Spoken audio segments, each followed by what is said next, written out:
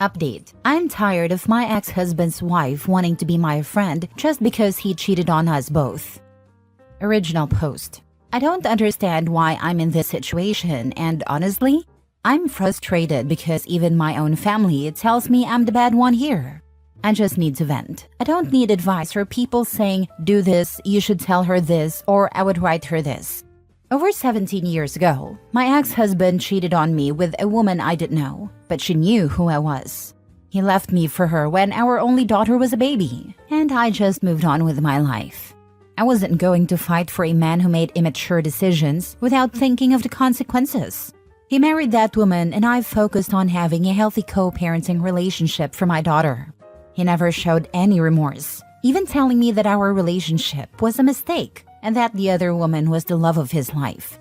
That helped me see he's not someone I want or need in my life. Now he's cheated on her, and for some reason, this woman, who's always had a cold, distant relationship with me, is trying to talk to me every day. I found out about his infidelity through my daughter, who wasn't affected by it, so I didn't give it much thought. My only concern was whether he'd still be able to have our daughter over on the weekends like usual. But his wife has started sending me messages explaining what happened, even though I never asked her.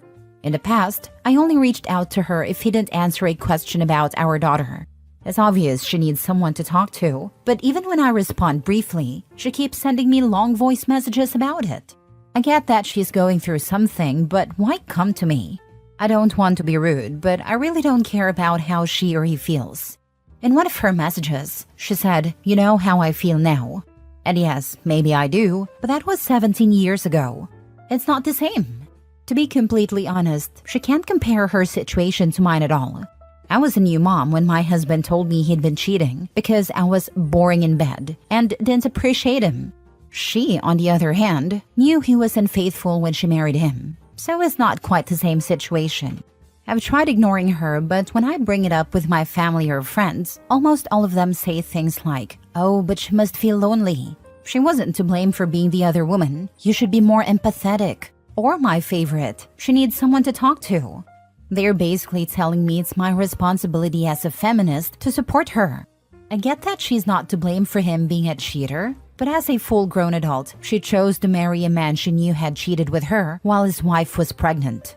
So why should I now feel obligated to be her support system? When she had a choice to do the right thing, she didn't. So why is it suddenly my duty to be her friend? It doesn't make sense, and the women around me keep insisting I should feel empathy for her. She and he knew exactly what they were getting into, and I don't see why I need to be her free therapist. Being cheated on isn't my whole personality, and I don't want to talk about it with her 24/7. I'm just going to keep ignoring her because, frankly, I don't care how she feels, even if that makes me a bad feminist for not empathizing.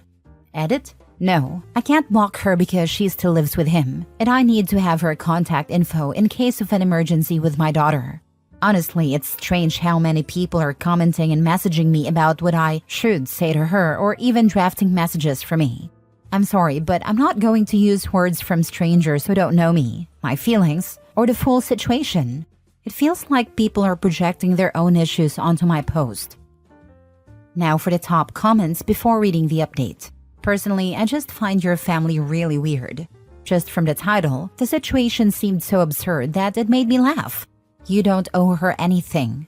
Tell her to find a therapist because you don't care. My mother was someone's lover, so she has the mentality of, you can't judge the lives of others. It wasn't her fault to fall in love. So that's kind of the way she and my siblings think. I'd be brutally honest with her, just like you were in the post. You're absolutely right. You can't compare your situation from 17 years ago to hers now. She knew exactly what she was getting into, and now she has to lie in the bed she made. You're not her therapist, and honestly, she shares the blame for sleeping with a married man, knowing his wife was carrying his child. As for your family, I don't even know how to describe it. Your mom justifying her own actions like that? Ew. At one point, I thought about being totally honest, but then I thought that would only bring unnecessary problems if they get back together because it seems like it. I just answer things like, "What a shame," or downcast face with sweat emoji. And she sends me audios of more than 2 minutes that I don't usually listen to because I don't care. Something very similar just happened to me.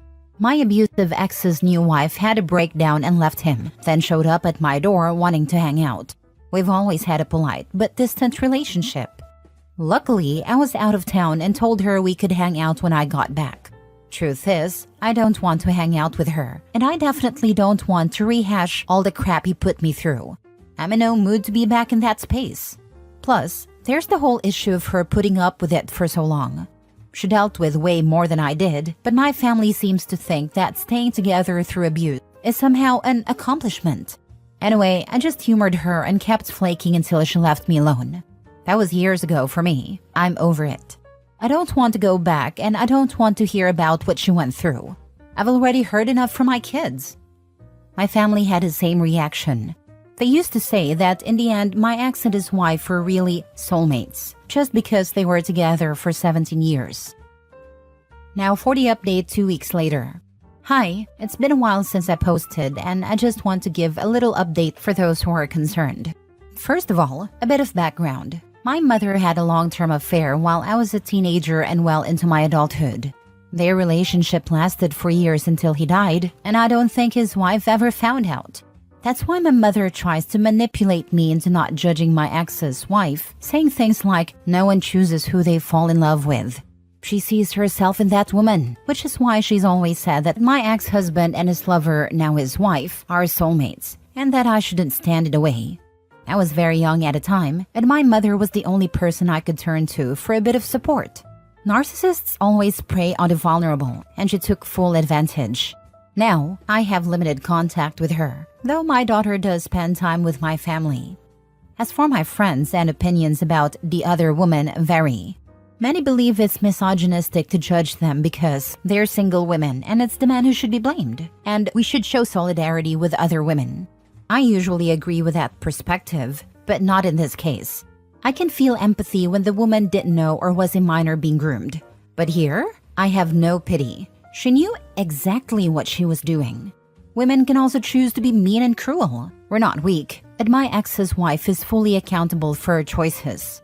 I know that explanation might be unnecessary, but some people didn't understand my family's or friends' behavior. And honestly, it feels good to vent. So a few days ago, I actually confronted my ex's wife. I'd had an incredibly stressful day, and seeing her messages pop up on WhatsApp pushed me over the edge. I sent her a voice message, telling her I'm not interested in her life or her suffering. I said I'm not her friend, nor do I want to be. She never apologized for her actions, and now she expects me to join her support group for women cheated on by my ex? I let her know that she walked into this with full knowledge of who he was. Knowing he'd already cheated on the mother of his child, she married him anyway, believing she'd be different. I'd love to post that audio here. It was 5 full minutes of catharsis, telling her exactly how I felt. She got upset and we ended up arguing, which was exhausting. I definitely don't want issues to disrupt 17 years of normal co-parenting. I forwarded one of her audios to my ex, after listening to all of them and realizing she hasn't once apologized. Not that I need her apology. She just complained, looking for someone to trash him with or act as her unpaid therapist. I told my ex to tell his wife to back off and find a real therapist. He apologized and said they're both working on their marriage, so she's still dealing with anger and insecurity, obviously. Since I went through the same thing, he said she thought we could share the pain. I told him I'm not her friend, and this affects our co-parenting, so he needs to make sure she respects my boundaries. He reluctantly agreed to talk to her, and for the past 3 days, I haven't received any messages from her, aside from one today letting me know my daughter was sleeping over there. So it seems like it worked. I don't care if they have a happy or miserable marriage, and I don't care if she's happy knowing he cheated but still stays with him. I just want to live in peace, free of drama from people who, at over 40, are still mentally stuck in high school. Karma said, hold my purse. Lol. They'll cheat with you, then on you. Mistress and your mom are so delusional, it's crazy. You should give your ex's wife your mom's number. That's the perfect shoulder for her to cry on, since they can bond as mistresses. Good for you setting boundaries and standing up for yourself. Next story. Am I the a-hole for asking my soon-to-be ex-husband why I'd take him back when the nanny does more for the family than he does? My husband and I are separated and getting a divorce. We have a 3-year-old and an 8-year-old. He owns his own business and told me he'd be home by 5:30 to 6 every night.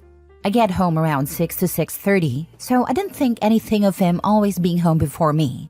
I had our 3-year-old in extended daycare and our 8-year-old in our school's after-school program thinking he was working. Halfway through last school year, I hired a nanny instead of using the extended care programs. After our oldest had issues with her program, about 2 weeks in, I got a call from the nanny saying my soon-to-be ex had locked them out and told her to take them to the park. The kids were hungry and she didn't have car seats. His house is walking distance from school and daycare, so she hadn't needed them. I called him and he said he'd gotten home early, wanted some space from the kids, and didn't want a random 18-year-old in the house. I had to leave work early to let them in.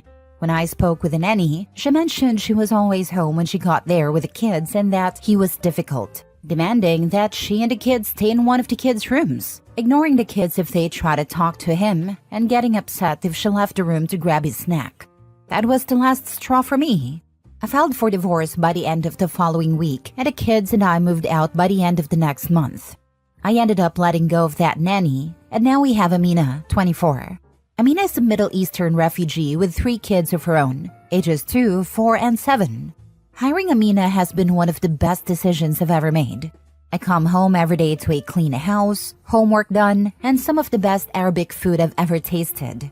I have no idea how she manages it all, but her support allows me to enjoy my time with my kids, instead of scrambling to make dinner, clean up, and get my 8-year-old to do her homework. She handles grocery shopping, keeps track of school events, and even takes care of things like clothes and school supply shopping for the kids. My soon-to-be ex never did any of that. I once left him with the kids for a week while I went on a work trip, and they lived on McDonald's and pizza, which wrecked my 8-year-old's stomach. When I came back, the house was in the worst shape I'd ever seen. Our 2-year-old, at the time, ran out of clean clothes, and he bought her new ones instead of washing the dirty ones. Now he is asking about getting back together, saying it's better for the kids if we're together. I told him he's never truly thought about what's best for the kids. Even when he takes them for the weekend, all he does is bring them to Grandma's house. I ask him why I should go back to him when Amina does more for us than he ever did. He argued that he works to provide for us, as if that's different from me also working. Apparently close to double the hours he worked, and for similar pay. Now his family is calling me a bad mom, saying that if I cared about the kids, I'd want them to have 2 parents. Am I the a-hole? Not the a-hole. I personally would marry Amina. Having a neglectful, abusive parent is worse than a single parent. Ask any child psychologist. What you're describing is not laziness. It's straight-out abuse. You can lose your kids if CPS had been called in that last situation. You really need to think about the kids and not what society told us about what's good for the kids. 100%. If he doesn't live there, the kid grows up to believe he loved them, but unfortunately wasn't able to live there and be around to show it. If he's there and kicking them out the house and getting angry when they approach him, they're at risk for developing all sorts of insecurities. He doesn't seem mature enough to be trusted with your children's mental well-being. You do not have to give a reason to anyone for not wanting to reconcile. If they insist, then I found that I am happier, the kids are more stable, and our lives run more smoothly as things are right now. That's it. No one is owed an explanation for your decision, not even the soon-to-be ex. Ex just wants to get back together because I bet he hates paying child support and not being taken care of by OP. Screw him. Last story. Am I the a-hole for refusing to help my estranged son nor meeting his child? I haven't slept in nearly 2 days, so please excuse any grammar mistakes. I'm from a country where bullying isn't taken seriously. I'm using fake names to protect my other 2 children, who I'll call Eve and Henry. I lost one of my daughters, Rose, 15 years ago due to relentless bullying by a group who never faced any consequences. One of the people responsible was Sarah, who is now married to my son, Mike. Apparently, they met in university, connected, and started a relationship. A former classmate sent a video of them on a date to Eve. When we confronted Mike, he broke down saying Sarah was sorry and gave a million excuses. He even said that Rose made her own decision and that we couldn't blame Sarah. He added that if we try to make him choose, he would choose Sarah. I told him he didn't need to choose because from that day on, I had 2 dead children and that he should never contact me again. His father and siblings did the same. The only family members who didn't cut him off were his aunt and cousin. Over the years, they tried to reach out with apologies, wedding invitations, and even pictures of their son. I thought Mike understood when he wasn't notified until 2 weeks after his father's funeral. But 2 days ago, he showed up at Henry's workplace to tell him that his wife, Sarah, has terminal cancer and that he needs me because he can't handle it all on his own. Mike then showed up at my house with his son, refusing to leave until I spoke to him. After about 4 hours, I opened the door and told him to leave. Mike tried to force me to meet his child, saying his son was innocent and that Sarah has repented for her role in Rose's bullying, urging me to forgive them. I told him that Sarah's cancer is karma, to which he responded by asking how I could be so cruel, not only to them but to their child. I told him I didn't care about his child or what happens to either of them, and to get off my property before I called Henry to have him removed. His aunt, my sister-in-law, called, saying I'm a selfish, cruel mother who can't let go of the past. She mentioned that Rose wouldn't have held anything against the child. I told her no one was stopping her from helping them, but she made excuses. One being that it wasn't her place, even though it wasn't her place to give Mike my address or Henry's. Am I the a-hole for not helping them? What a deeply painful experience this must have been for you. Losing a child, especially under those circumstances, is an unimaginable hurt. And when a close family member is connected to that loss, the betrayal you feel becomes even more overwhelming. The fact that Mike's life has moved on with Sarah, knowing the pain her actions contributed to, is a lot to take in. You made a choice to protect yourself and your other children from further hurt, especially after how Mike responded when confronted. So, it's understandable why you would hesitate to open the door to that part of your past again, especially without real accountability or meaningful actions to heal the past wounds. Mike may be asking for help, but it doesn't mean you have to forget the impact their choices had on you and your family. It's a deeply personal decision on whether to help Mike or meet his child. But remember, you are allowed to honor what feels safe and healthy for you. How do you feel about holding firm on that boundary? I know helping Mike will cost me losing contact with Eve. They were very close to Rose, and they witnessed some of the bullying.